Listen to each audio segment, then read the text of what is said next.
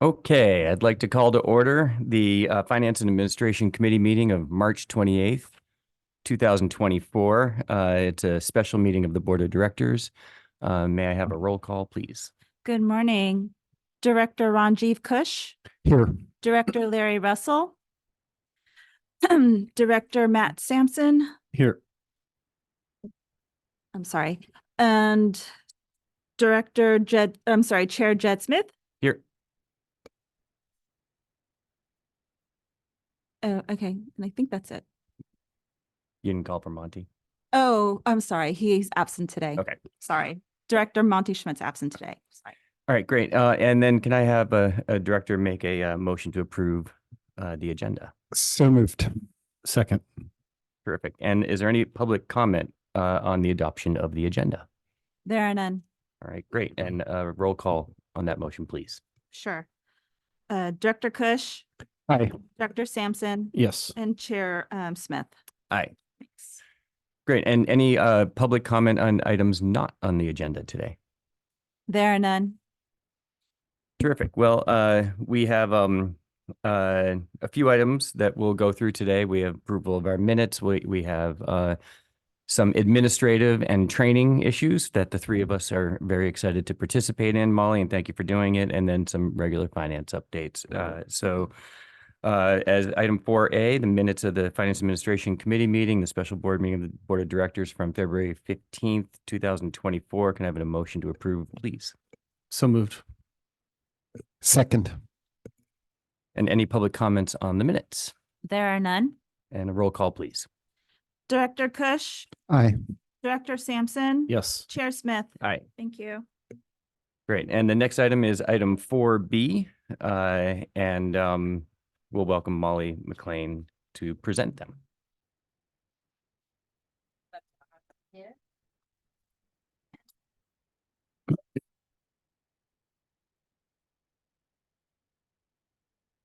Okay, good morning, Chair Smith and directors. I'm Molly McLean, General Counsel for the Marin Municipal Water District. And I'm going to kick us off this morning talking about our dual noticing practice. So as you all know, and as is evidenced today in our noticing practices, we do notice our standing committees also as special board meetings to allow, can you guys hear me? To allow all directors to attend and participate in those meetings. We have revisited this board directive a few times. Most recently, July 25th, we revisited it to determine whether there was an interest of the board to change the practice. It is an uncommon practice. Most agencies, their standing committees are just noticed as standing committees and held as such. They do have the same Brown Act noticing requirements as regular board meetings, but they don't allow, that would not allow an attendance of a quorum of the board with participation at the dais. So that's the distinction. We have had some legal issues raised at the district regarding this practice, but those have been vetted and determined that it's compliant with the Brown Act. So we've continued that practice under board directions since I think the last determinative directive we received to dual notice was back in early 2020. And so we bring it forward today just for opening the discussion, determining whether there's any interest in providing different direction. This is not an action item, it's informational. If there is an interest in taking an alternative approach, we would bring that back for as an approval item for a formal vote of the board. I do want to let the board know, the committee board know that while the practice is legal and not common, I think that, you know, we've done well at the district navigating the duly noticed meetings.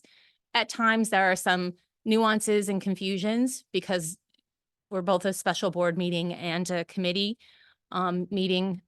So we don't typically, in our board policy, it says the board would not take action on items brought forward to the committee unless there was an urgent need to do so. So we do have those as a review and refer items. We don't ask for a vote.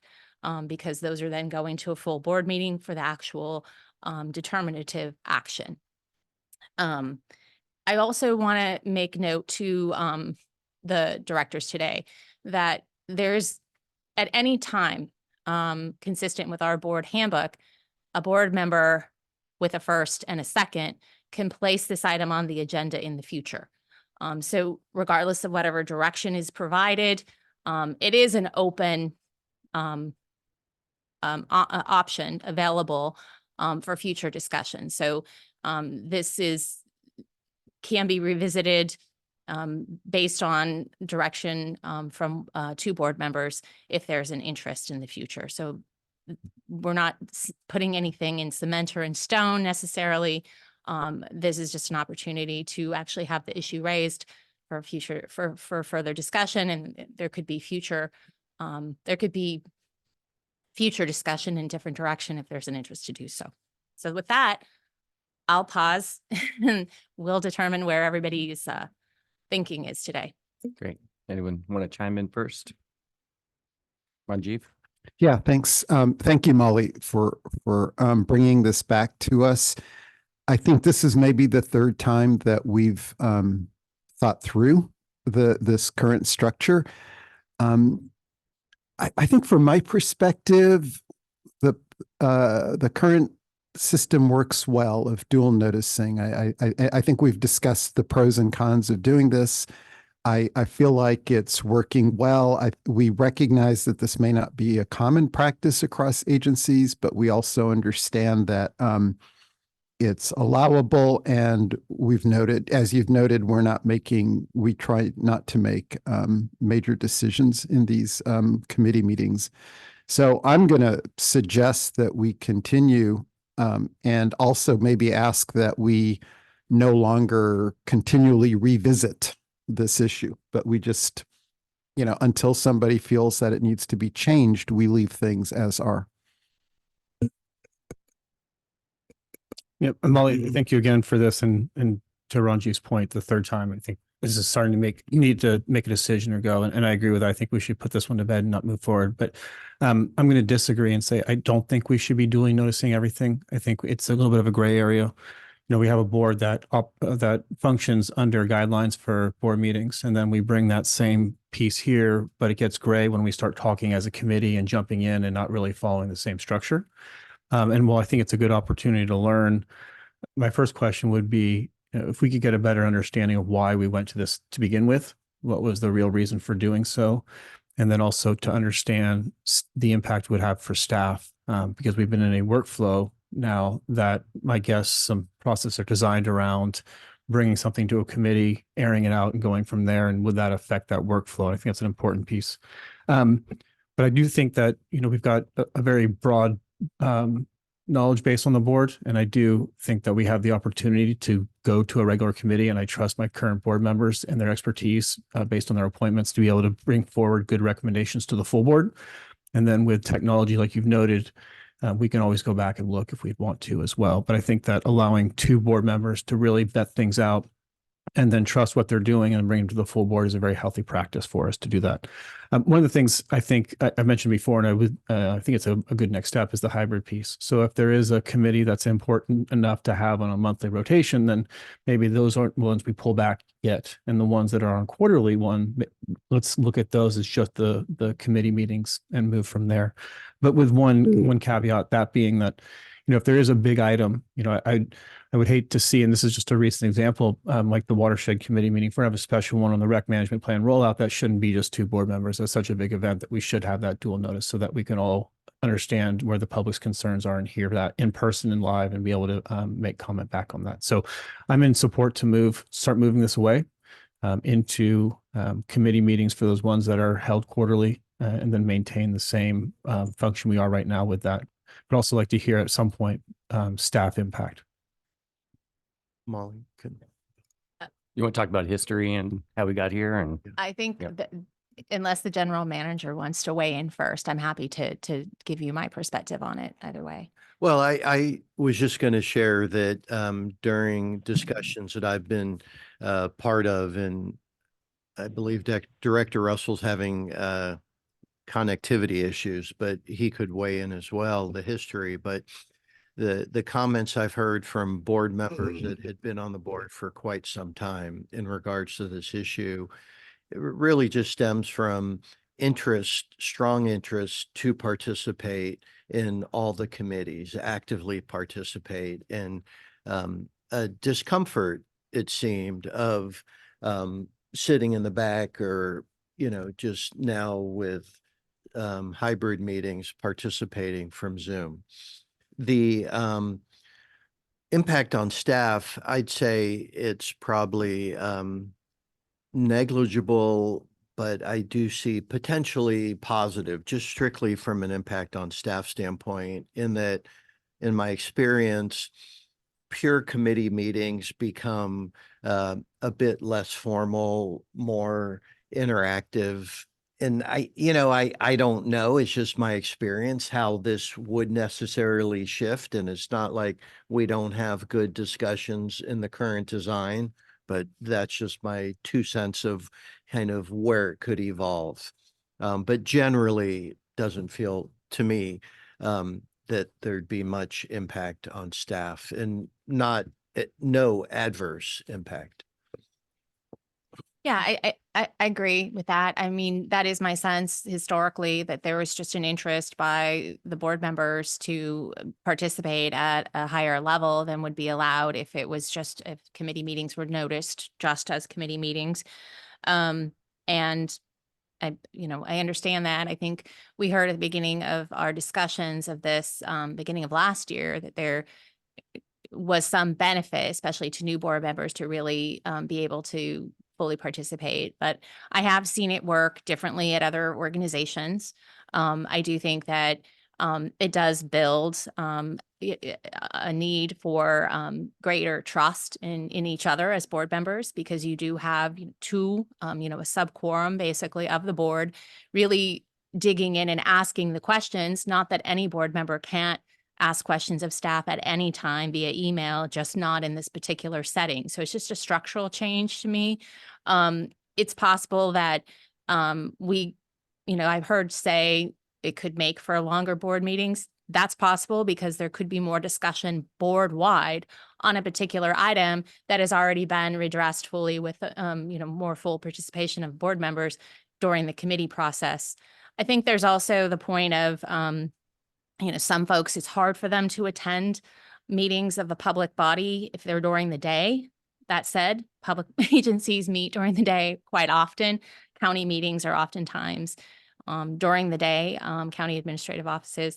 So there's pros and cons, and it really is kind of a policy decision for the board. A hybrid is quite possible. I was thinking about that, and actually kind of just as you were saying, the hybrid model, Director Sampson, thinking about how in certain instances a committee may have a very important item that would warrant greater participation from all the board members, and how would we make that determination? And possibly that's something that the chair of the committee would say, this is one where I think we need to notice it as a special meeting as well. And that would give us some clarity about how that could happen. Because there's, we also don't want lack of clarity or who's making that decision. How do we know when that's happening? But I think that could be a chair responsibility. Cool. I have another hybrid proposal, which I think is going down the path that you guys are both going down right now.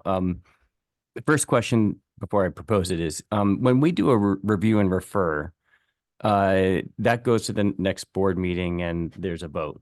Is that often in the consent agenda, or is it often it's not like a full discussion, right? So typically the review and the refer process then will go to a regular board meeting as a consent item. Right. There could be some small exceptions. The consent calendar, you're correct. There's not a presentation typically by staff, although any board member at any time could pull an item off the consent calendar for more fulsome discussion, could have staff, come up and answer questions about a particular item. So that could happen. And there's also the availability for the public to comment on any of the consent items. So you're correct. They usually do go as consent. It's a little bit different in that consent calendar can be approved as a list of items, but not necessarily so. So my proposal is that if we have a review and refer item in a committee meeting or special meeting of the board, that is a special meeting of the board, because that is where the discussion happens typically in a fairly deep level.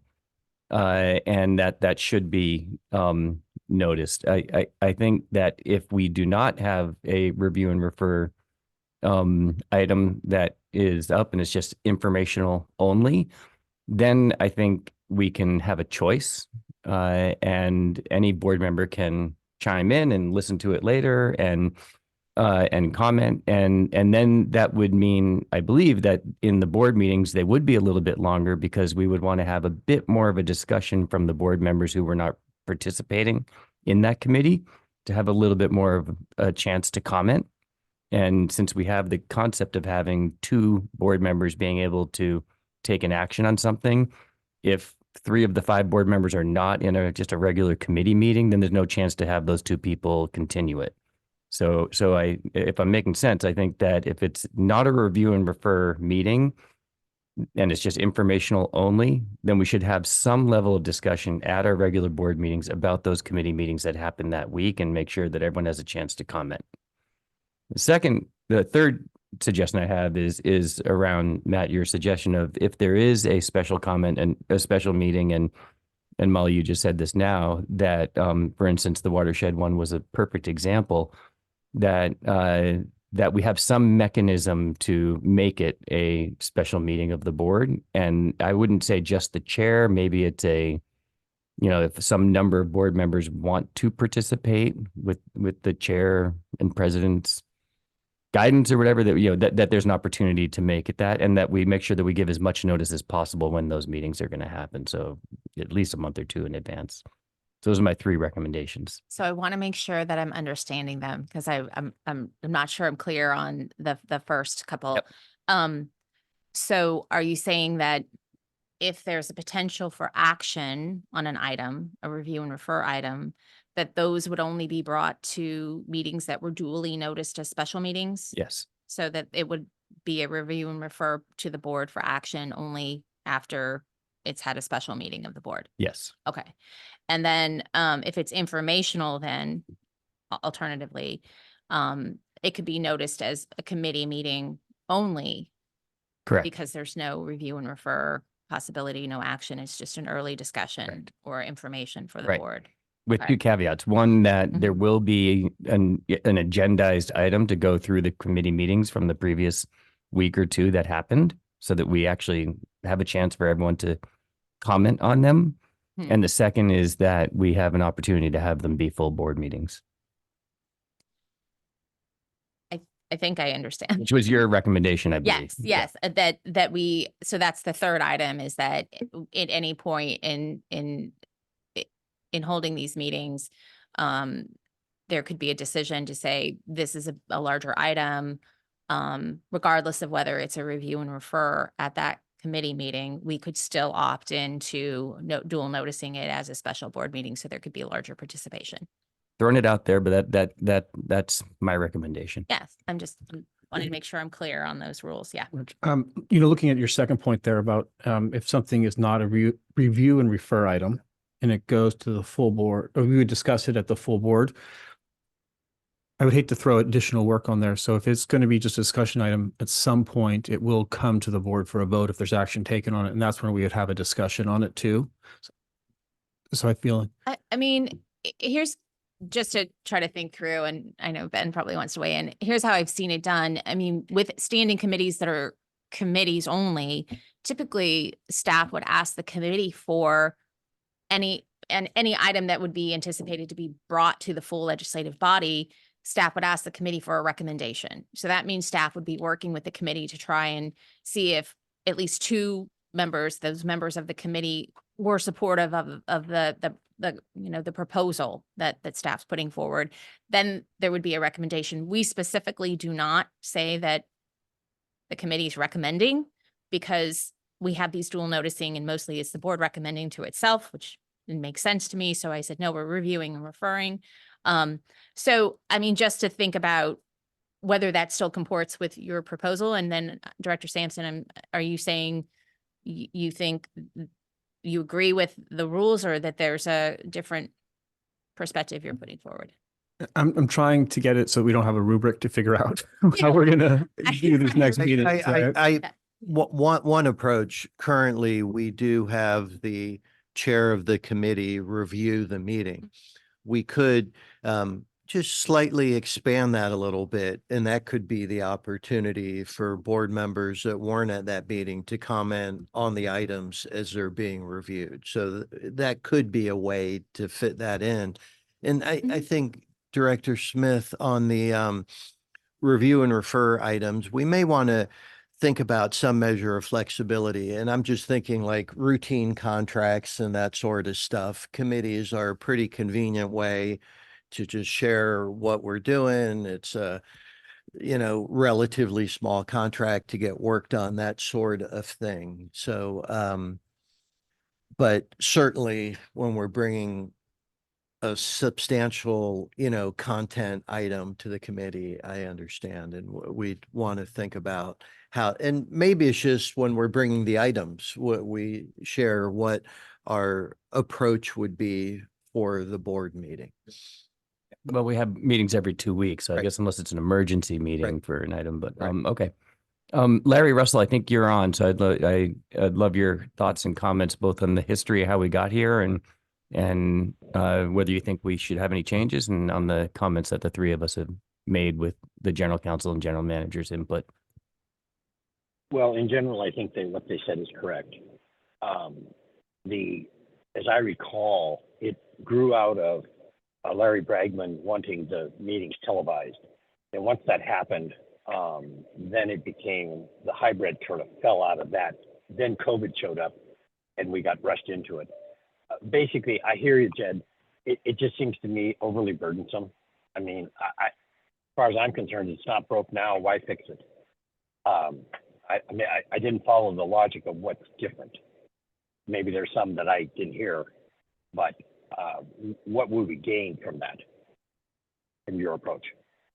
I think the gain would be that there are some committee meetings that are just information only. They may be just an hour, 45 minutes, or an hour and a half, and we can just don't necessarily all need to be here in order to have it be effective. Yeah.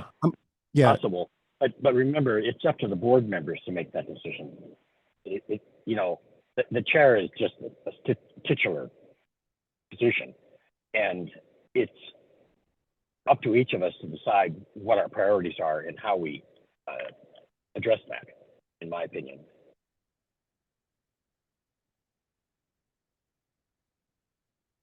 Yeah, I think given the different perspectives that we've heard, I'm going to shift my initial position on this, which was to leave things as they are.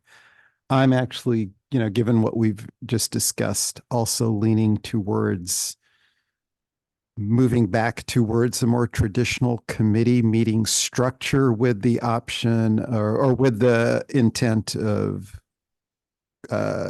dual noticing when there are significant issues, such as what we just had with the watershed committee.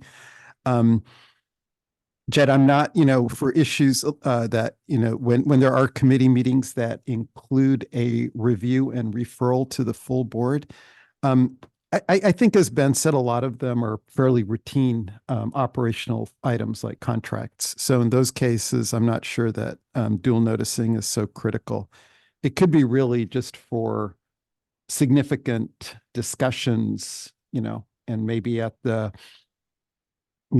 based on the judgment of the committee chair as to whether it should be dual noticed. So I guess that I would remember be a one other hybrid thing. approach. I remember one other thing.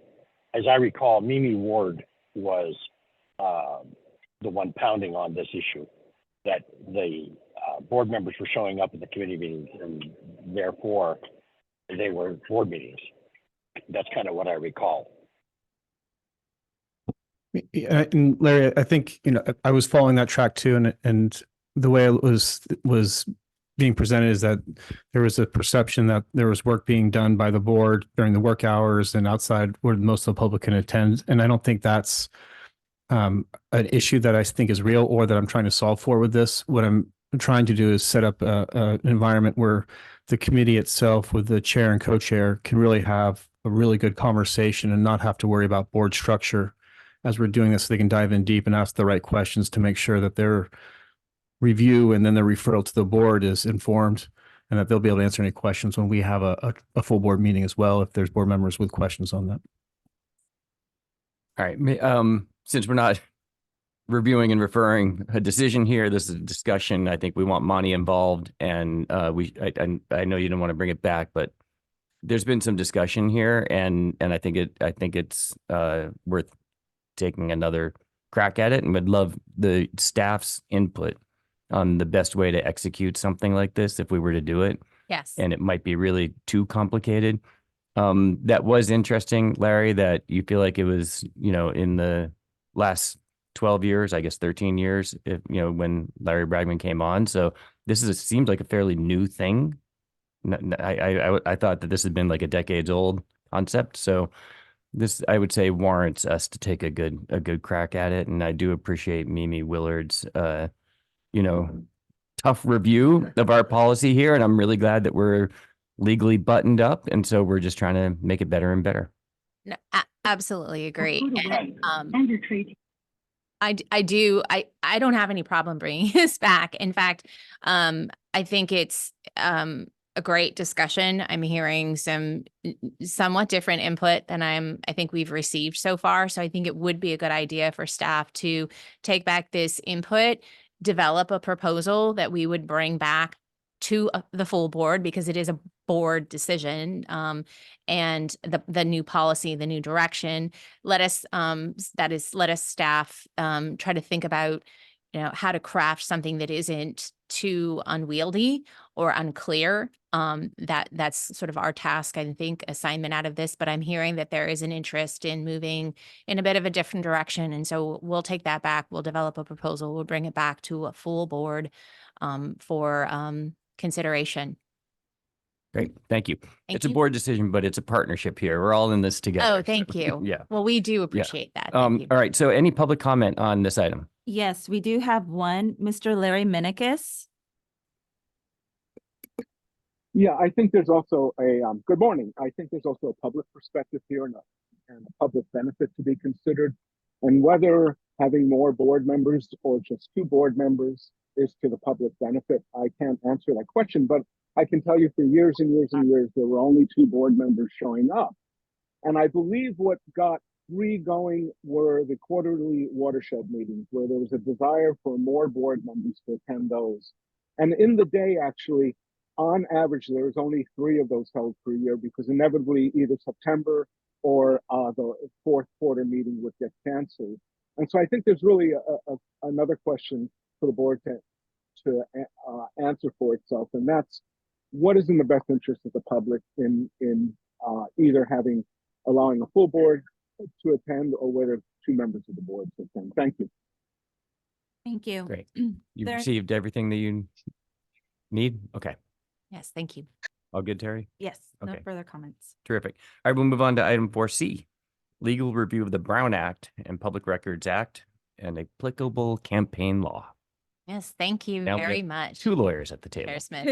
I'm bringing up my colleague, Jared Mills, our staff attorney, to tag team a bit on this presentation, and we did work on it collectively. So I want to thank him for the contribution. And I'll be kicking us off. Terry, if we could get the PowerPoint up, maybe, or how do I do that? PowerPoint. Oh, there we go. Yeah. Okay. Keep going and then show your screen. How do I do it? Okay, I'm gonna let you. Let me drive it. Okay. Okay. Awesome. And then these buttons. Oh, wait a minute. Did you, hold on. You didn't, okay, hold on. We need to do share screen. Oh. It's all good. That's all completely different. Okay, Okay. Yeah, there we go. Okay.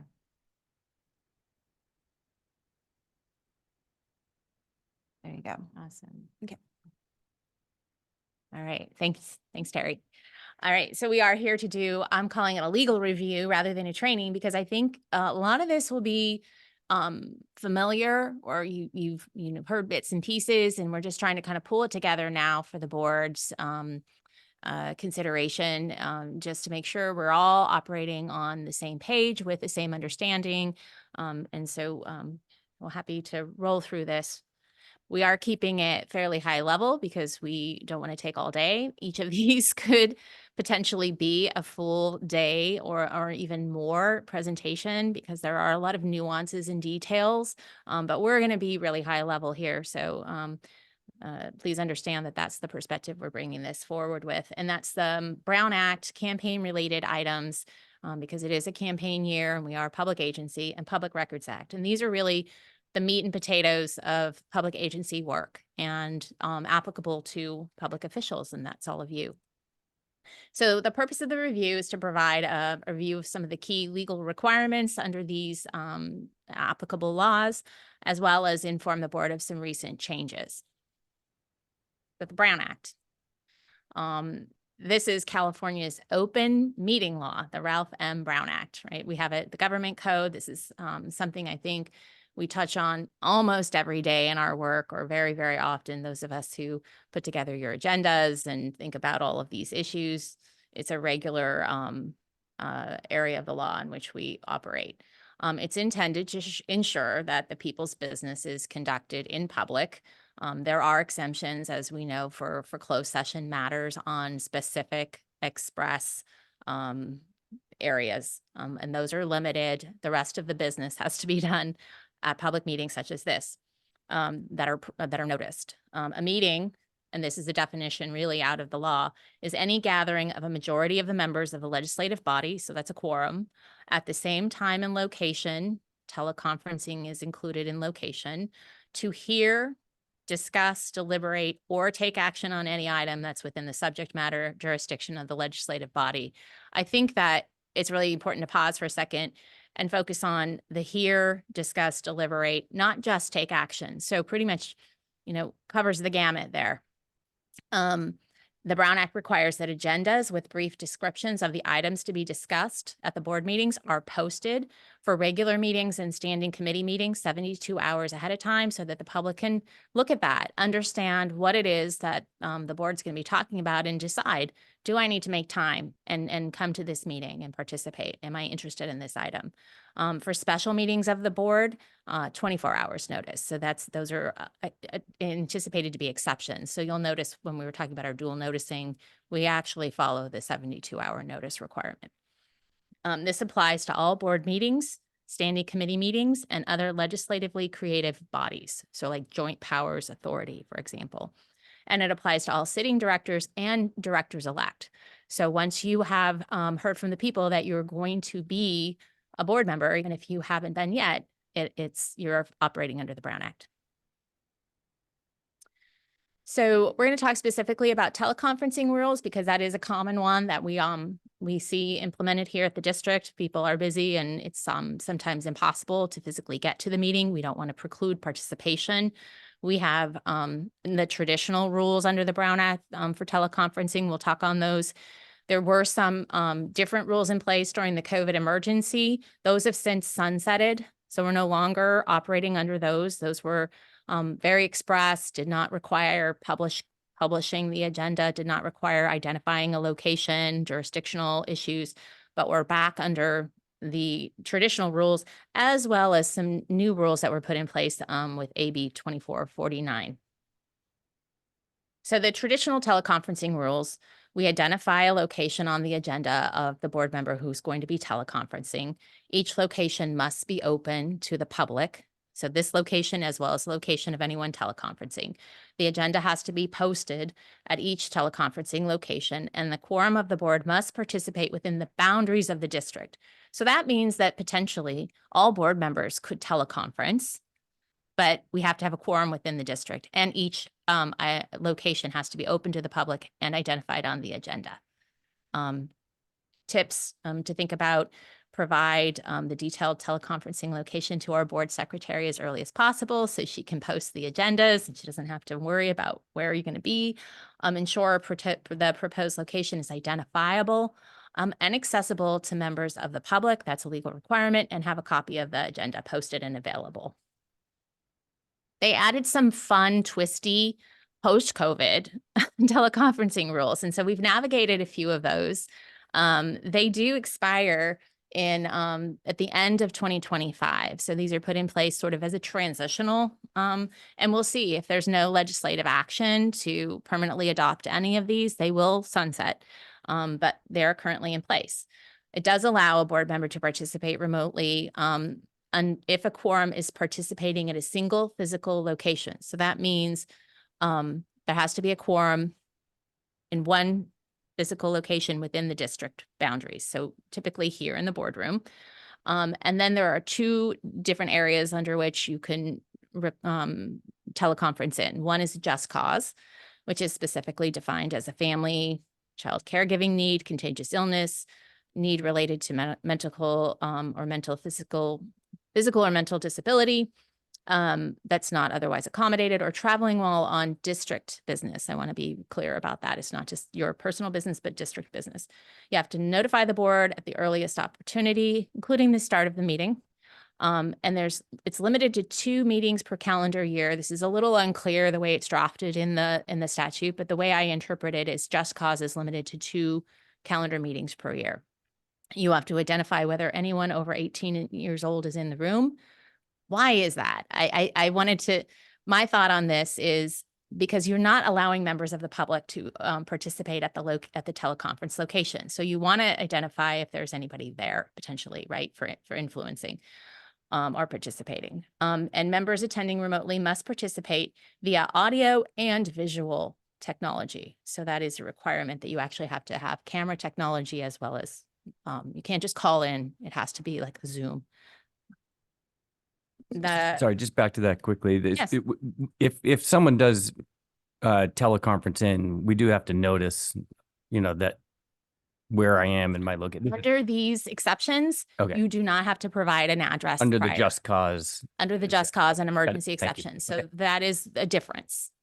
That and then the quorum location requirements is a difference, as well as the 18-year-old in the room identification, et cetera. So these are not when you're not providing your location.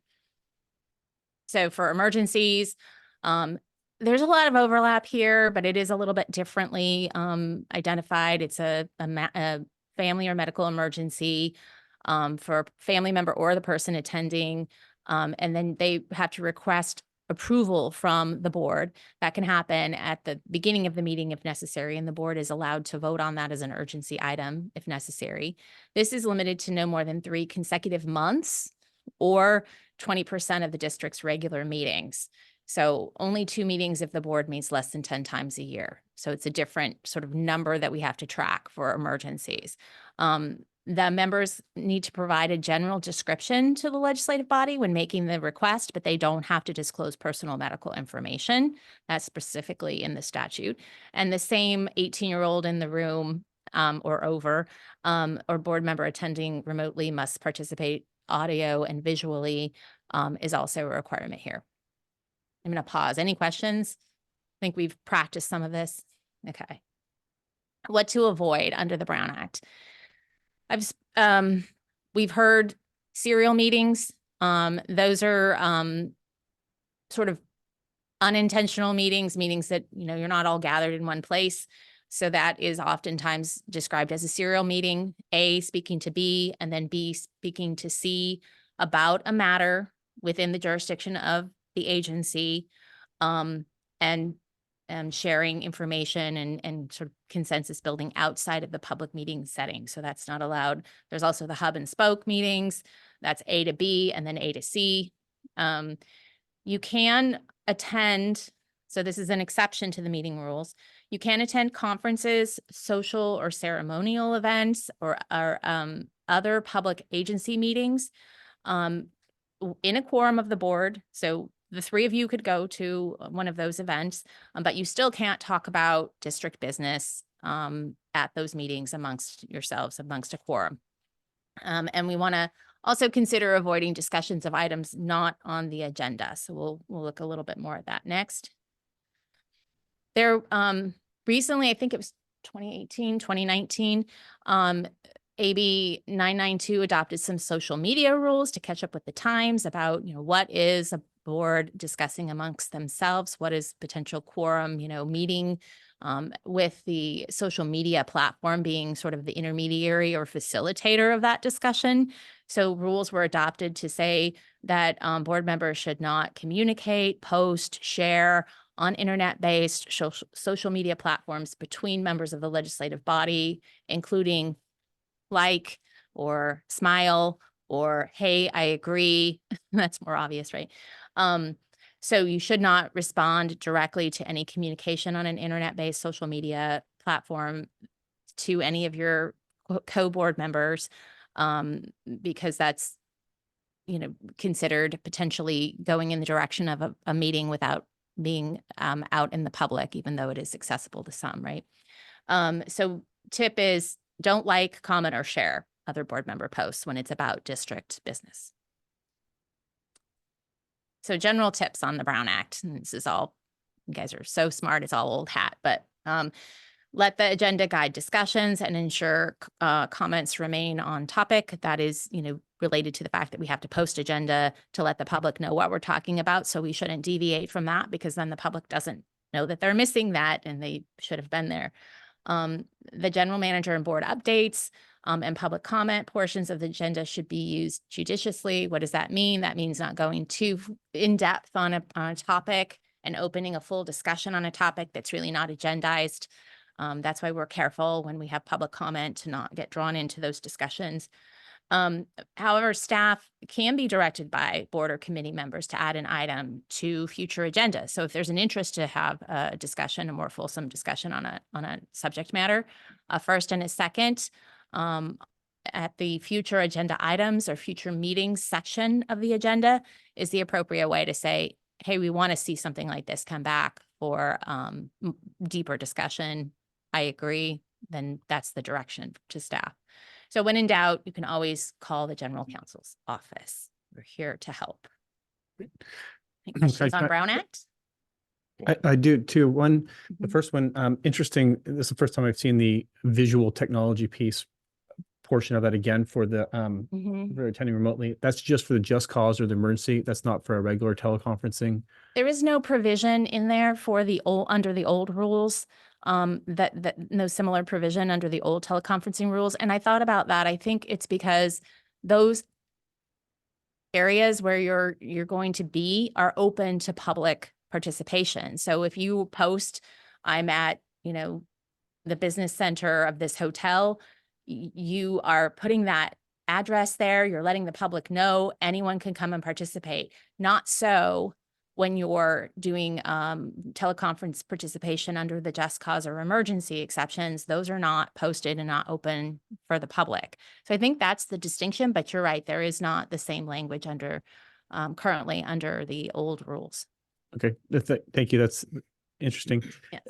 The next one, and this is where I think there's a little bit of, it'd be good to get some clarity to move forward on when we talk about things we like to agendize and give the opportunity for other board members to support that with a second. Right now, I think the item on the agenda usually just says upcoming meetings or future meetings. But it'd be good to clearly designate where in the meeting agenda where it'd be appropriate for board members to bring up requests and allow other board members the opportunity to support as well, so that we're not jumping all around and it's done in a certain place. That's a good point. We can try to make that more clear for the board and the public. Ranjiv, any comments? No. Larry, any comments?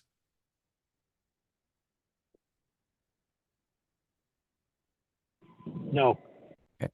I appreciate this. Thank you very much for bringing it forward. Always good to be as buttoned up as possible, especially on these issues. And when we do make a decision, and some people might not like our decision, they're going to be poking all around to find holes. So the more buttoned up and clear we are, the better. I think it's also important to note this is, it is board communications we're talking about, but the staff is critical to this Brown Act adherence. And so it's the leadership team, general manager, it's you guys. We talked to you about what's going on, and we're counting on you guys to be super buttoned up as well about our opinions and our thoughts and directions. So Yes. I'm all good with this. Thank you for bringing it forward. And Oh, we have more. yep. Okay. Yeah. But Okay. that's just the Yep. Brown Act. So we are I trying know for the Brown Act. Do you have any other comments, Ben, on this? Okay. Thanks. Thank you, though. Thank you for your comments. I appreciate that, Chair Smith. So campaign related items. We've seen a change in the law since the beginning of last year, January 1st of 2023. Modifications to the Levine Act went into place, and sometimes this is referred to the No Pay to Play. It's been codified as a modification to the Political Reform Act. These rules were always applicable to appointed officials. The change was to make them applicable to elected officials as well.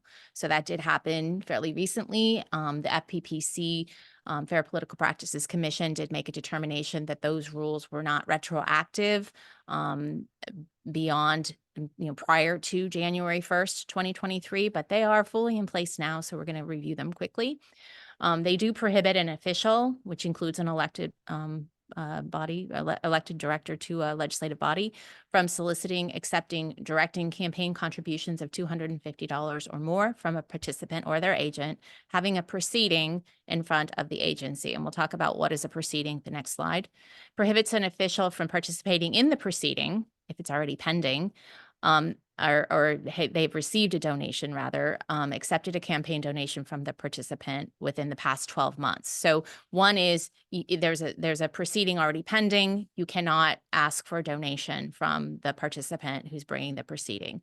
The other is there's not a proceeding pending, but it's upcoming. You've received a donation. Now you can't participate in that proceeding unless you cure. So there is a cure provision in the statute, does allow the official to return the donation within 30 days of learning of the donation or the proceeding. So if the proceeding is pending and you know that, and you receive a donation and then you learn the donor is the participant in the proceeding, you can return that donation so that you can continue participation in that item. Official includes any elected officials and those running for office. A proceeding includes a contract, a license, permit, or other entitlement for use, except for competitively bid contracts or construction projects and some of our other contracts, labor and personal employment contracts. Not everything that comes in front of the board that is a decision is a proceeding under the Levine Act. So there are some nuances there. And if there's questions, please, reach out to us and we'll give you that input. But so it is, a pipeline extension agreement where there's a discretionary action that's specifically benefiting an individual participant. That would be a proceeding. So that's an example that may be coming before the board at some point. This applies to contributions made 12 months prior to the proceeding and then 12 months following the decision. Any questions on that? I'm going to go to, Proceeding, I was looking for some sort of legal action involved as well. Is that going to fall under the same act in terms of if someone's bringing legal action against the board? So not necessarily, but what can grow out of litigation sometimes are settlements, agreements, which are contracts. So the litigation itself, if it's in the early stages and we're, potentially discussing that in closed session, there's not necessarily a reason anyone needs to abstain. Although if you are running for office and you notice that litigation is brought and you've received a campaign donation from one of the plaintiffs in the litigation, you may preemptively return that so that you would be able to continue participating in the event that the discussions go towards settlement agreement discussions. Settlement agreement is a contract. So that's where we sort of get into a gray area where we might be moving towards something that would be a proceeding for purposes of the Levine Act. Understood. So it sounds like if something goes that way, once it becomes a contract, then you have the 30 days to decide what you want to do, whether you want to participate or not. I would say once settlement discussions commence, or it looks like there could be, we're in closed session, we're talking about the possibility that it's better safe than sorry to return the donation if you want to continue to participate in the matter. No, thank you. Yeah. Okay. So another area, this is not something we've talked about commonly. So I'm sharing it, sort of looking at it myself a little bit for the first time in a while. The prohibition of mass mailers at public expense. This is also codified in the Political Reform Act. A mass mailing is 200 pieces or more And that's prohibited under the act if it meets the following, and these are and also has to meet all of these. It's a delivery of a tangible item. So a newsletter, a brochure, a button, a pen, delivered to a person's residence, place of employment or business, or a post office box. So could also include a fax transmission, it's noted there. It doesn't include emails, phone messages. Those are considered non-tangibles. The item features an elected officer. The item is sent, either features an elected officer affiliated with the agency or their name and position and their district, including the officer's photo or signature, singling out the officer by a manner by his or her name or the office displayed. So generally, we don't do that. And I just want to pause here. The district doesn't send out a lot of mass mailers. Those are things like we would do with a Prop 218 notice, for example. Sometimes postcards where communications will explain to you that they're doing a mailing on particular conservation programs, for example. So it's not that these are everyday things, but we just want to be aware of what the prohibitions are. It also requires that public money is used for this purpose, either in the distribution or in the development of the materials itself. And there are a number of exceptions, so press releases, public meeting notices, and the like, number of exceptions under this, but we have to just be aware that mass mailers that reference elected officials could be of concern. And even the exceptions, that the long list of exceptions for mass mailing don't apply when we're within 60 days prior to an election. So things that would otherwise be allowed, we actually have to curtail. And so except, so things like letterhead, roster listings, meeting of events or announcements and business cards, those are sort of usually accepted, but not within 60 days of the election. Questions on that? Or for internal use? But The key here is this is when public money is used for these mass mailers, Exactly. right? So anyone who's running a campaign, they can be Absolutely, buttoned yeah. up. So, okay. this is just Yeah. about the districts, Yeah. what the district is doing and Thank what you. we're prohibited from doing. It's just good to know for everyone. And then there's just kind of a catch-all provision in the government code section, which talks about prohibited use of public resources. So it's unlawful for any elected state or local officer, including any state or local appointee, employee, or consultant, to use or permit others to use public resources for a campaign activity or personal or other purposes which are not authorized by law. So where this comes up most often, I would say, is when a public agency wants to be supportive of a proposition, a local proposition, for example, they cannot use public resources to advocate for the particular proposition. So that has to be private money. They can give information, they can provide information, but they cannot be an advocate for that. So that also is important to keep in mind. Any questions on campaign issues? Larry, you okay? Okay, I'm going to turn it over to my colleague, Jared, to talk about a little bit about I the guess I have public- one question. I don't know if Yeah. it's totally in the campaign Yeah. world or realm, or this is like a whole other subject matter, but sometimes I've heard of board members that may have relationships or business contracts with entities that we are considering having a relationship with. And so in a way that director has his financial gain and may benefit from it. I guess that's not a campaign event, but how can you, it does overlap with the idea of influence in decision making and concept. Can you talk to that? Sure. That's not specific to campaigns. That is a financial conflict of interest issue under the Fair Political Practices Act. So some of the Political Reform Act provisions are related, but this is a more broad issue of you can't have a financial interest in a matter that would be coming before the agency where you may have an influence where it could impact materially your financial position, either for the better or for the worse.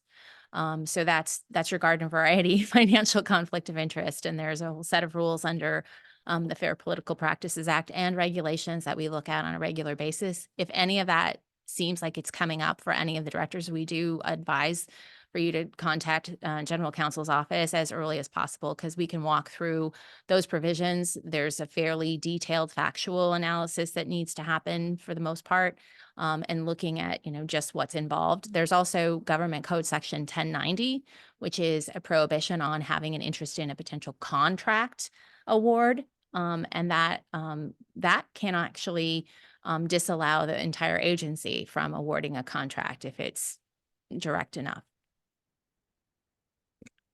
Jed, if I just thought of one more question. Molly, coming back to engagement with propositions that might go in front of voters. Mhm. I know there's been discussion, and this came up, I believe, even in March of 22, about related to a proposition to remove this restrictions on desal activities. So the board discussed it at the time and decided not to move forward with any effort to remove those restrictions via a proposition. But how would that have been managed given this Mhm. ban on, engaging in Advocacy. that type of activity? Sure. I mean, the board would be putting forward its own initiative in that case, and that's distinguishable from advocacy. The board would be asking the voters to consider X. The district couldn't then mount a campaign with district resources to say, hey, here's why X is great. We want you to vote for X. It's wonderful. They couldn't send out flyers or mailers supporting X. The only thing that could happen is we could share information, do an impartial analysis of what does X say, what does it mean. So that's the distinction. It's not that the district couldn't put forward, the board couldn't determine it wanted to put forward an initiative to the voters. It's the advocacy campaign piece that is precluded. I believe we did actually that we put a competing proposition on the ballot Yeah, that that's true. ultimately was successful. Yes, that's true. That's true. At the time, there was a referendum, which is one brought from outside the agency, and an initiative, or actually, I think it was an initiative because it wasn't a response to a district action. So there was an initiative brought by the constituents in the district. A certain number of people qualified it, and then the district brought a counter initiative. But I believe there was probably caution at the time as just to how the district potentially advocated for their initiative. That would have had to have been handled very carefully. Objective information only. You can't use public money to lobby or advocate for your own, even for your own initiative. Right. And then, okay, so this is reminding me that school district boards have to go through this, for example, around new bond measures. Absolutely. Right, right. Okay. Yes, that's true. Okay.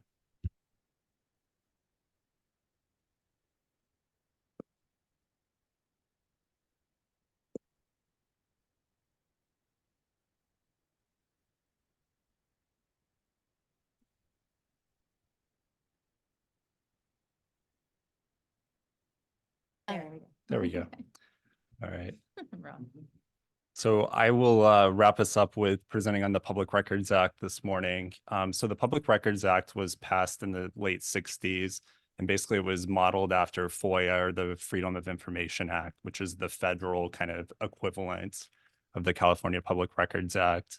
They do have different exemptions, and also different case law kind of interprets both. But the purpose of this act is basically to give the public information that enables them to monitor their government and participate. It provides the right, basically two rights. One is to inspect public records, and then the other is to duplicate or copy those public records, unless they're exempt for disclosure under the either case law or expressed provisions of the act. So what is a public record is frequently a question, and the answer to that, the more formal definition's up here, but it's essentially everything that this agency creates is a public record. So an email, a voicemail, any records that we produce, create, it's a public record.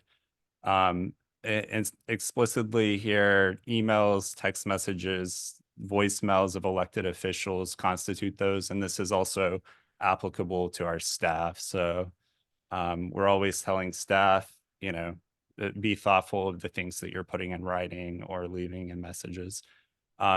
The act is interpreted very broadly, and it's also interpreted to permit disclosure, to ensure that the public has more access to the information.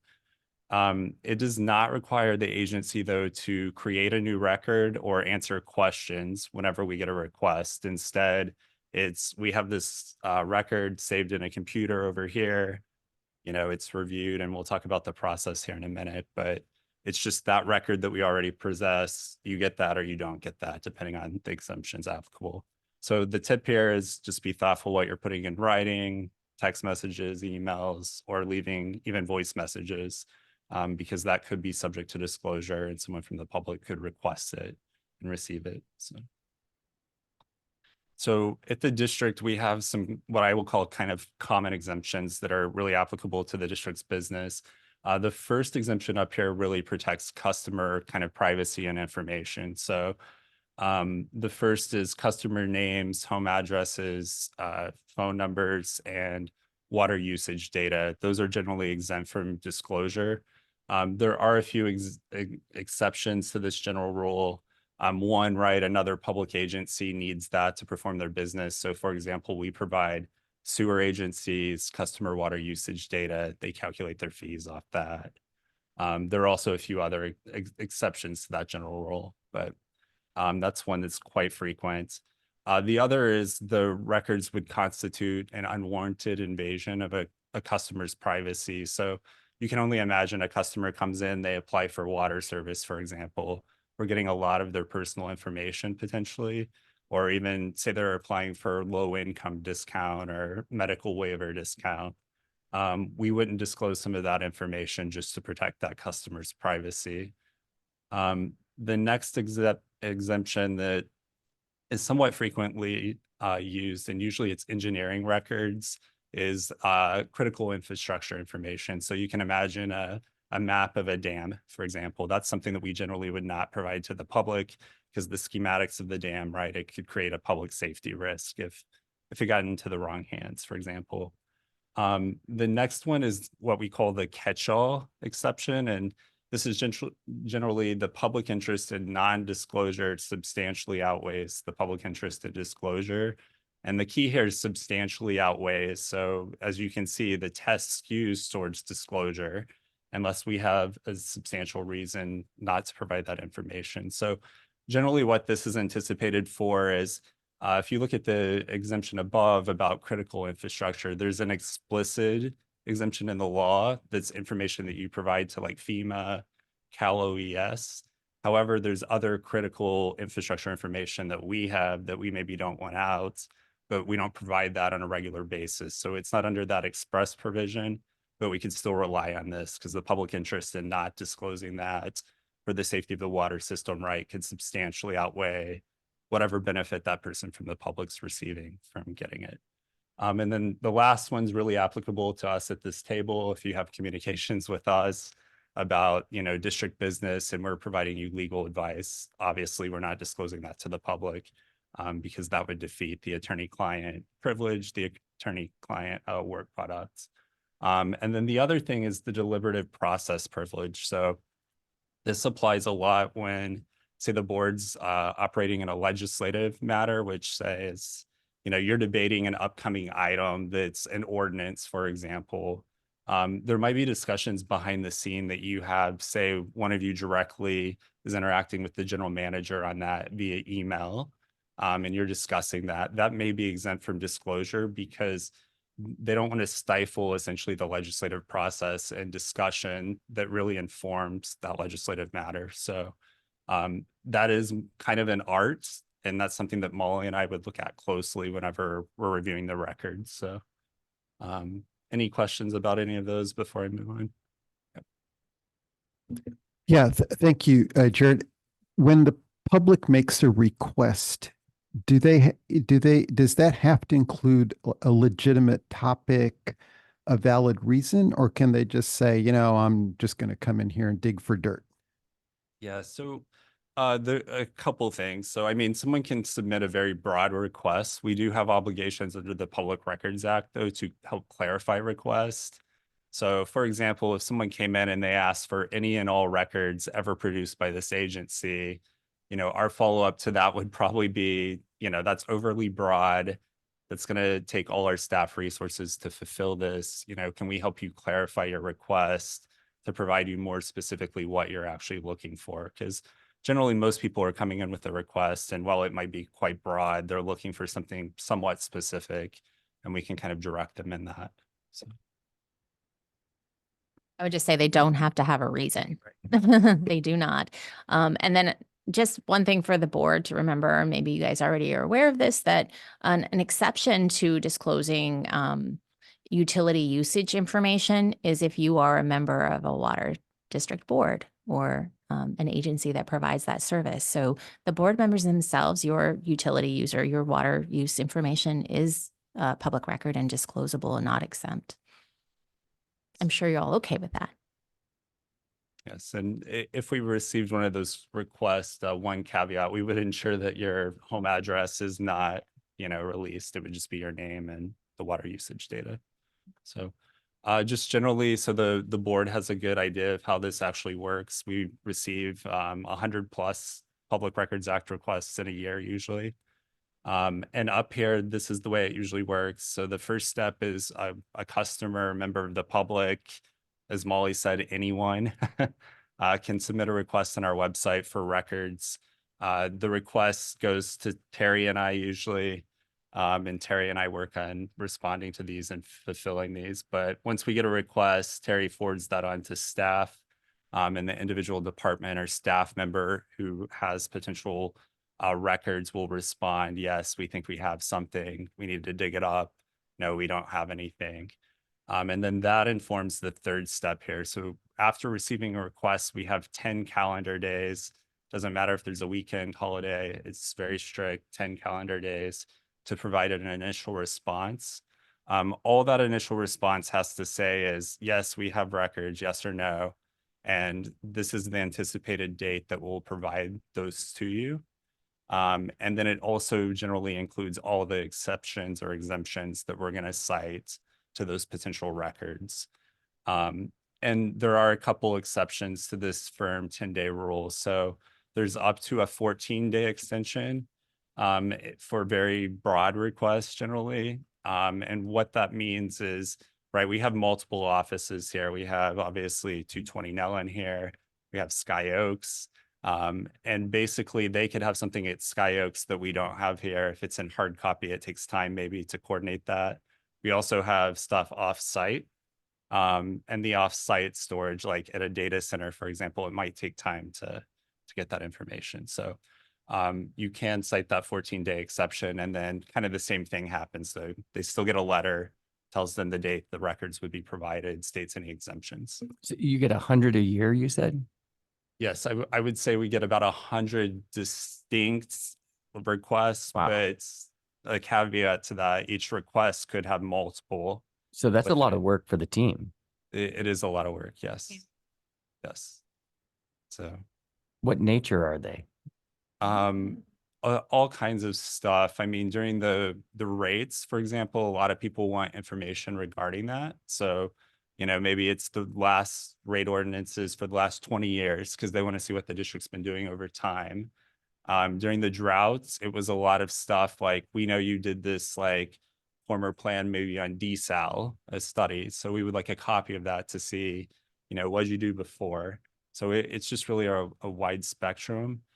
The other thing that I've noticed kind of as a trend is private companies have found that it's lucrative to search for business through some of the records requests. So that's kind of another thing. So for example, we'll have proposals submitted on something. Well, all the other companies will then want copies of those proposals, right? Because they use that for their business needs to see pricing and stuff like that if it's not exempt from disclosure. In some cases it is, because there's an exemption for like trade secret information. But Thank you. so after we've either provided that letter or responded. One thing I didn't cover here is just very large requests. Say you request any and all records relating to water rates for the last 10 years, something very broad like that. Obviously, we're going to try to clarify that, but it could result in a large number of records. So we might say in our response letter, instead of providing them on this date, we'll provide you those in batches. And the first batch would be provided to you on a date after we provide that, and the second batch on this date, just to ensure that we're getting them records in a timely manner, but at the same time, just acknowledging we can't provide you everything at once. Otherwise, you may be waiting 6 months to get the first batch if it's super broad, for example. Obviously, that's an extreme case, but and then there is once staff's gathered the records, these are all reviewed. And basically, we make redactions for all those exemptions that I pointed out earlier to ensure that customer privacy is protected, to ensure that, critical infrastructure information is not getting out. And then after that, if the records haven't been provided, in that third step up there with that initial response letter, then they would be provided either all at once or in batches at that point. So that's kind of an overview of the process. If you have questions, happy to answer. Matt, good. Rajiv? Thank you, Jared. It's helpful to understand more about this. Larry, Russell, any questions, comments? Great. Well, to quote Hill Street Blues, I'd say to all of us, let's be careful out there. Thanks for your attention to our presentation today. And we have some resources on the last slide in case people want to dig in. Great. Making sure there's no public comments or on these items. There are none. Terrific. You guys have all the guidance you need. All right, moving on. Item 4D, monthly financial report. This is the Finance Committee meeting.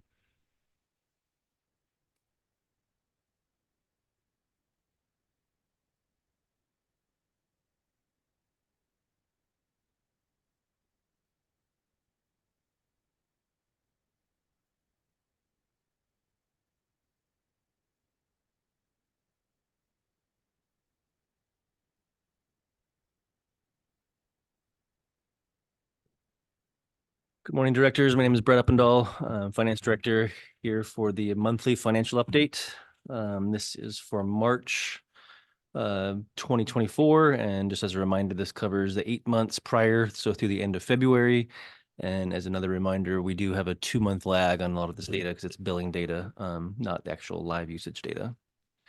I'll start off with the kind of a standard first slide we have here, although I will point out to the board here that we have added a couple of items to each of these slides and a couple new slides based on our comments from the board and committee members.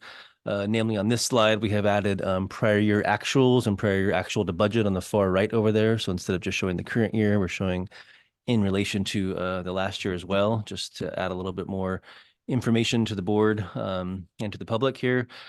I would note, as I've probably noted in a couple prior presentations, that last year was not kind of a normal year, nor was the year before. So it'll take a few years of kind of this type of analysis to really get to compare more apples to apples. But nonetheless, we'll add it here and talk through it either way. So water revenue here as of 8 months through the year, as it shows at the top, there's 67% of the fiscal year. We're still holding strong to the trends we've seen so far. We're at 65 or 63.9% of budget on our water revenues, which is an improvement compared to last year where we were in comparison to the budget. And you can see actual to actual is a significant increase as we're seeing the new rate structure come into effect in terms of 73 million compared to 54 million last year. Total operating revenue, we're pretty much, where we'd expect to be right now, 64.7, almost 65%, lagging by 1% or 2%, but within a comfortable range in terms of forward-looking projections. We're in a better position again than we were last year, where we were only at 63%. And I would remind the board too that we are dead in the middle of kind of winter and the slow season in terms of revenues and water usage. So we'll get a lot more information in the spring once we start increasing overall consumption. But for right now, kind of halfway through the year, 2/3 through the year, at the middle of the cycle, we're on trend with where we might expect to be and within a comfortable range. Capital revenues there at the bottom, those are largely fixed. And so those are, again, tracking a little bit closer to that 67% kind of linear rate you'd expect at this time of the year. Overall, 63.5% at the bottom. Again, I feel pretty comfortable with that at this time of the year. And we'll have to just watch it more closely as we get into the summertime and higher consumption months.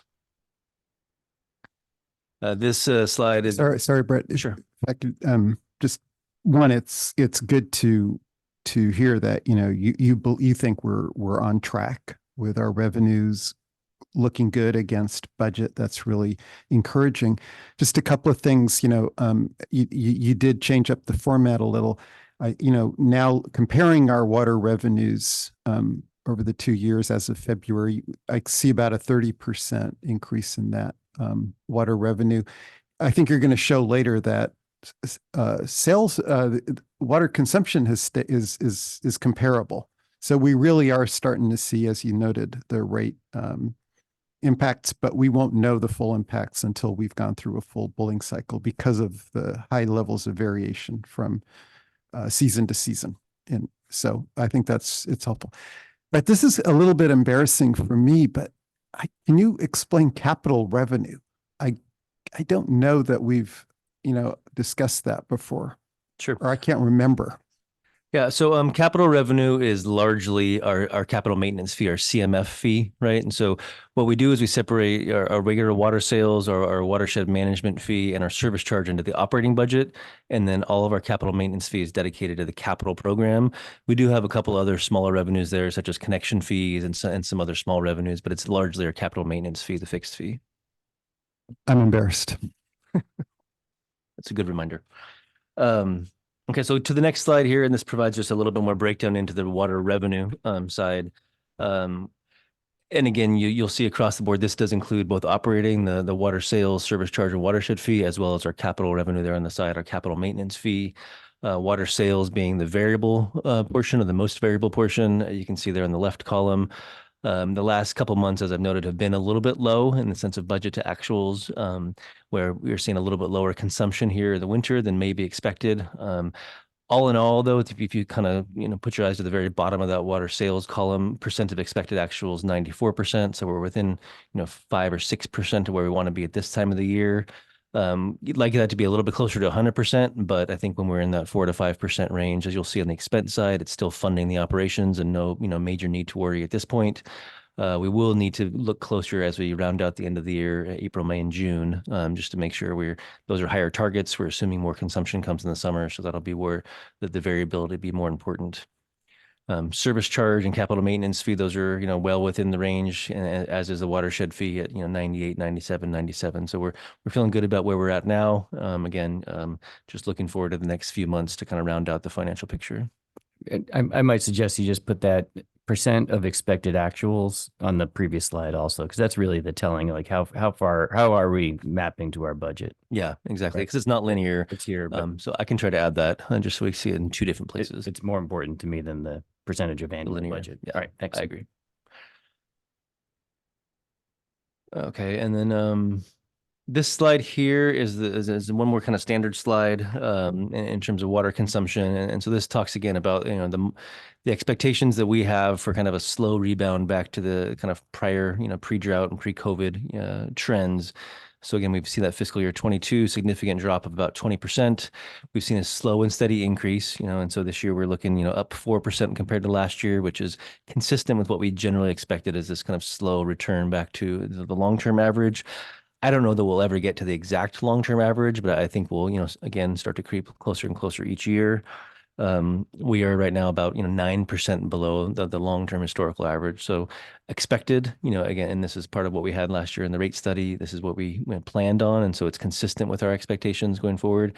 And so again, I think there's from a financial perspective, it's within our range. And then I think from the other district priorities, I think this is still probably a positive slide overall in terms of having our consumption be lower than it has been over the last 10 years. So what I wanted to show here, and this is again in response to some prior board comments, and so this is a new slide. This just shows, where are we at revenue-wise compared to the last, 5 years? Because as I'll go back a slide here, we've been doing this kind of 10-year look for consumption. This is just total CCFs in our billing system. And then how does that translate to revenue? So we took a look here at the last 4 years and how that compares today. And I have two kind of overlaid lines there, or the dashed lines. The gray dashed line is the Bay Area CPI trend from fiscal year 20 to today. And then the orange dashed line, that is the California Construction Cost Index. And the reason why I have both of those there is because obviously the CPI, the Bay Area CPI, is what we all pay most attention to. It's what most people understand to be, kind of the general representation of inflation over time. And so we always want to look at that. However, that is basically developed in a basket of goods that a typical consumer, a person, would be purchasing within a year. Here at the district, we are not a typical consumer, right?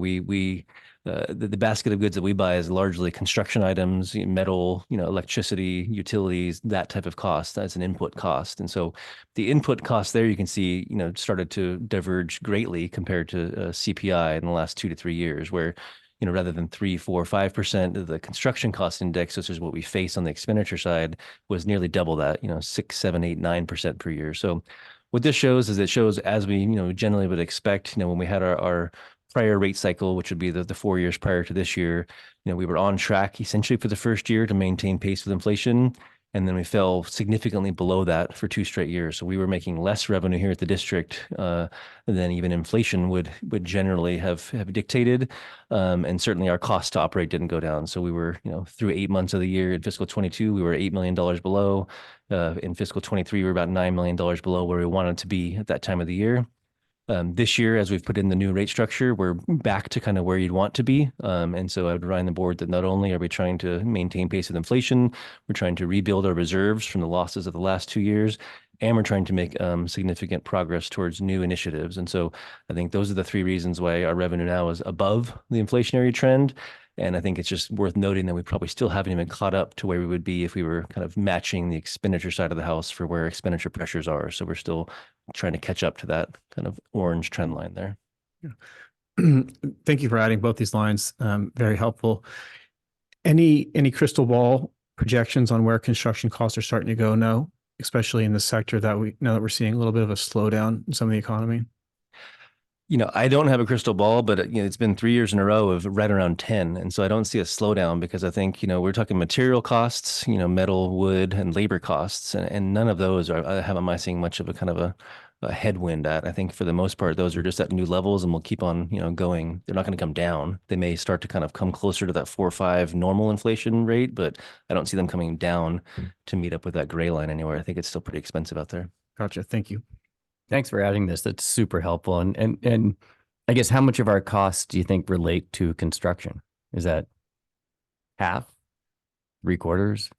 Probably a little less than half. We have about 40% of our costs are staff overall. And then probably another 10% or so are purchased water. So in terms of, the other half is probably construction-ish related. So, yeah. Critical factor. Thank you for Yeah. putting that in. Yep. Okay, and so this next slide here is another addition to kind of the deck that we've had from the past, and this gets into what's actually happening with our customers, right? How are our customer usage patterns changing, or are they matching what we generally expected, as we went into this year? And so I have 3 lines here, and this is a bit of a wonky kind of statistical graph, and it takes a little getting used to take a look at, but what it's showing, the red line at the bottom is where our customers use the water in January and February of 2021. And so that was, again, kind of the high point in terms of overall consumption usage. And then the blue and the gray are this year and last year. So I think, the first takeaway is the blue and the gray are very similar, right? So this year and last year, the trend lines match very closely. And that's important to me because that's really what we base the rate structure on, was how water was being used in the last 2 to 3 years, not the historical average. So showing that this year's usage is very similar to last year's usage, and I would also say it's similar to the year before, kind of validates that the new tier structure that we have and the new rates we have out there are really capturing the right part of the usage curve, if that makes any sense, kind of in revenue terms. Because what we need to do is we need to make sure where we're setting up the revenue is where we're actually receiving it. And so what this is showing is that the model that we set with the rates is consistent with the usage patterns for this year. So again, kind of, going back to my revenue comments earlier, very little surprises. You can see there in the box on the right-hand side, and I can try to put my mouse on it, the percentiles that we have here between this year and last year, again, very similar, right? Lowest 25th percentile, maintaining at 5, median right around that 9, and then 75th percentile. I think that was just a slight tick downward this year, probably due to a little bit warmer weather or colder weather. Those are significant decreases from where we had each kind of those percentiles in 2021, and significant meaning about 20% in each quartile, right? 25th percentile down 2, median down 2, and 75th down 4. So that's a pretty big shift. And I think that speaks a lot to our customers hearing the message of conservation and to our water efficiency team's work out there and really kind of targeting our communications. What it also shows, if you kind of can interpret the red line over here, is really what this basically means is that for this month, which is winter water, which is kind of the least variable, so you're kind of minimizing all the variables that may go into water use. What you're seeing here is that for the amount of customers that maybe use 3 CCFs in fiscal year 21, we have about 2,000 more customers, if not 3,000, using 3 CCFs. So it's a lot of customers that have shifted downward in their usage, right? If you look at where the median would be here around 9, rather than having about 3,000 customers at the median level, now we have closer to 3,500 customers. So again, we're having 500 more customers shifting their usage downward. And so in each of these kind of slots, which is CCF usage, you can just see the significant shift downward on the left-hand side of the graph, and I guess you would see the shift upward, more customers for a lower volume of CCF. And as then the inverse is true as you get farther out to the right. So if you get farther to the right, the number of customers using 19 or 21 or 23 or 25 CCFs per month is again down by about 500 in each of those categories. So you're just seeing a big shift within our customers, winter water, trying to minimize the variables of using less water. And so again, expected, that was part of what the rates model showed us. And I think intentional in terms of what we and our customers are kind of partnering with to use less water over the long term. And so I think it's, in my mind, validates some of the revenue numbers that we see. And it also, I think, helps us see that, we have made progress in the last 3 years in terms of overall, consumption amongst our customer base. And rain did help in the winters, in the last 2 years. Yes. But I guess Cynthia Kohler would be very proud of us, right? I don't know, but I think you're probably right on both of those. I think rain, does still impact a lot of this, and I think in general, board policy wise, and what we're shooting for the long term is this is a more sustainable long term use pattern. So I think it's good news on a lot of fronts. Brett, it's you're only looking at January, February here. Yep. So it's still only, really limited data set. So we can really just speculate. I'm interested to see so my first, again, this isn't enough data to make conclusions from, but I look at this and see that messaging around demand plus the drought plus additional rain has reduced water consumption.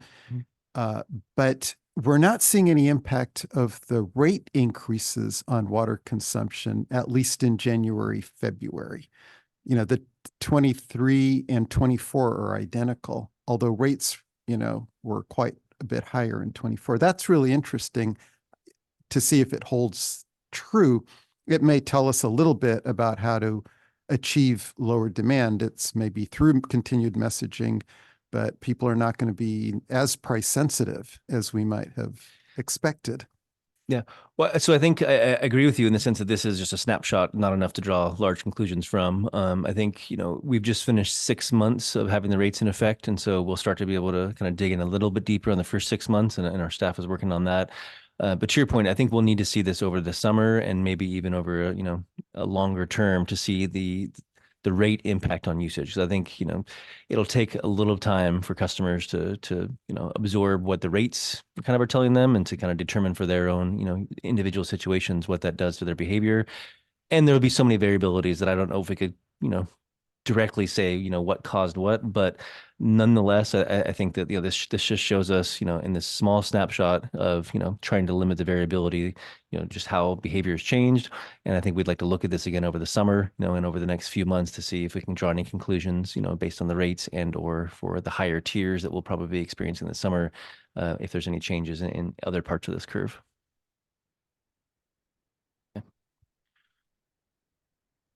This expenditure side here, not as much to talk about. Oops. There we go. Other than the fact that we added the second year as well here. And I would just, kind of, again, to kind of, focus on the point that the revenues that we bring in are to support our expenditures. So, to comparison to budget is one thing, and that's what we have to take a look at over time. But it really is, are we making enough revenue to support the expenses that the district needs to do?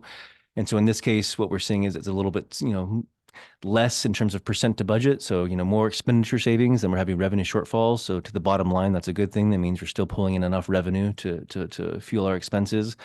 The area that you can kind of see the most, change compared to last year would be our personnel services. So that's grown by, in actuals, it's grown by, 2.5 million. Percent to budget, it's also grown in a couple percents to budget, which means we're hiring people and we're, kind of filling those positions that we expect to be filling this year. Maintenance or operations, though that is a little bit lower than I would expect. And I think I've mentioned this the last few months. We have a couple contracts that are out, both for our paving contracts as well as to for some of our consulting contracts, and we just have not paid those bills yet. So we have them encumbered. Essentially, we expect to spend them. We just haven't received the final invoices yet. So I expect that second line maintenance operations to accelerate through the back half of this year as we pay our invoices. And again, as a reminder, we're in the first year of a 2-year budget. And so some of these, newer initiatives that we have in the budget will take, 18 months or so to really start coming out. So bottom line on operating, we're right around 59%, and that's, again, 6 or 7% below where we would expect to be if it was linear. It's 2% below where we were last year, and it's still being supported by our revenues. And so I think we're in a good place there. Capital, again, not linear. We'll see a lot more expenses over the summer. And so we'll see that catch up, but it's, pretty similar to last year, 58, 59, 60% of the year. So from my perspective, not a lot of surprises here. It's where I expect it to be. And again, it's showing an overall savings for the district because our revenues are a little tick higher. I think like the income slide, actual to budget should be actual to budget year to date, not actual to the annual budget. So it is hard to tell from this slide how we are doing in terms of predicting our expenses. Yeah. But I hear you. So if we could just add that, then. Yeah, I'll see if a way to try to add that in there to make a way that it will be more informative, because I agree with you. You kind of having to adjust yourself Right. to, And then compare to you need to 67% combine the revenue and expenses, right? And let's look at the total impact. net income Yeah. or whatever in each month. Yeah, that would be the next layer. So we can work on that in terms of presentation value and making sure that it adds to the conversation. Okay. So in summary, revenues, for the first 8 months are consistent with our adopted budget. Our expenditures, both capital and operating, are a little bit below budget, but we expect those to increase in the next few months. Water consumption, which is the underlying driver for all of our revenues, is slightly below our budgeted amount, but it is still 4% above last year, and it is in line with where we would generally expect now. So that concludes my report. I'm happy to take any additional questions. Matt? Good. Ranjit? Thank you, Brett. Super informative. Larry? He's not on. Okay.